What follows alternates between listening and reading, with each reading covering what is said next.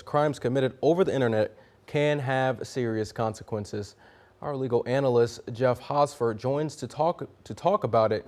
So, Jeff, we want to ask you, what is cyber stalking and what's the penalty?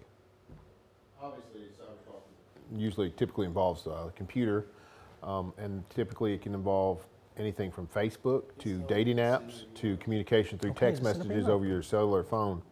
Those kind of things can turn into harsh comments about other individuals that can lead to harassment or repeated talking about that person through that app or through the communicational device of text messages or some other messaging app.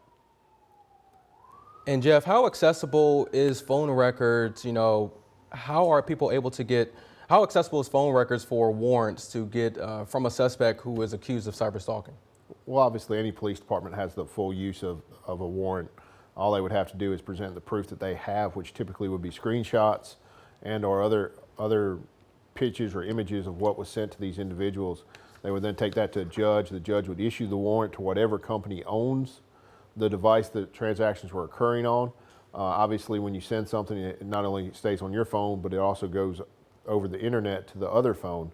If the other person has it on their phone, they can simply show that to the police, and the police can then use that information to make the arrest. If they have to go through the companies, they send that warrant to the companies. The companies then have so many days to respond, and whatever information they have available will be sent to the police department. All right, Jeff Hosford, our legal analyst and expert. If you have a question for Jeff, send it to us at legalline.com.